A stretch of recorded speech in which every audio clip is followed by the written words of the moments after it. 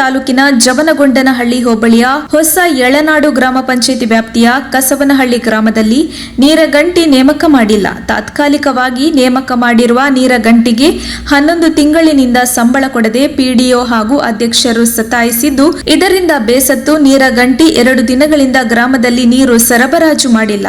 ಇತ್ತ ನೀರಿಲ್ಲದೆ ಗ್ರಾಮಸ್ಥರು ಸಂಕಷ್ಟಕ್ಕೆ ಸಿಲುಕಿದ್ದು ಗ್ರಾಮ ಪಂಚಾಯಿತಿಯ ವಿರುದ್ಧ ಆಕ್ರೋಶ ವ್ಯಕ್ತಪಡಿಸಿದ್ದು ಮುತ್ತಿಗೆ ಹಾಕಿದ್ದಾರೆ. ಪಿಡಿಒ ಶಿವಣ್ಣ ಅವರನ್ನು ತೀವ್ರವಾಗಿ ತರಾಟೆಗೆತ್ತಿಕೊಂಡಿದ್ದಾರೆ. ಈ ವೇಳೆ ಸ್ಪಷ್ಟನೆ ನೀಡಿದ ಪಿಡಿಒ, ಗ್ರಾಮ ಪಂಚಾಯಿತಿ ಸರ್ವ ಸದಸ್ಯರ ಸಭೆಯಲ್ಲಿ ತೀರ್ಮಾನಿಸಿ ಸಮಸ್ಯೆ ಪರಿಹಾರಕ್ಕೆ ಪ್ರಯತ್ನಿಸುತ್ತೇವೆ. ಬಾಕಿ ಸಂಬಳವನ್ನು ಶೀಘ್ರದಲ್ಲೇ ಕೊಡಲಾಗುವುದು ಎಂದು ತಿಳಿಸಿದರು. ಇದೇ ಸಂದರ್ಭದಲ್ಲಿ ಆಲೂರು ಮತ್ತು ಹೊಸ ಯಳನಾಡು ನೀರು ಗಂಟಿಗಳ ನೇಮಕದ ಬಗ್ಗೆಯೂ ಮನವಿ ಮಾಡಲಾಗುವುದು ಎಂದು ತಿಳಿಸಿದರು.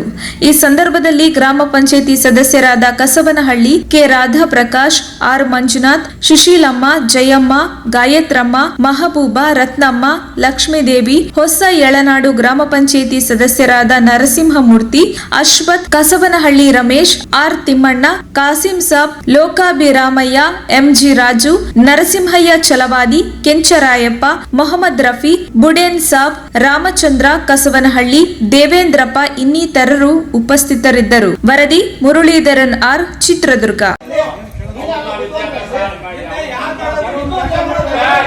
ಸಮಸ್ಯೆ ಆಲೋರಗ ಮಾಡು, ನಮ್ಗೆ ಸಂತೋಷ.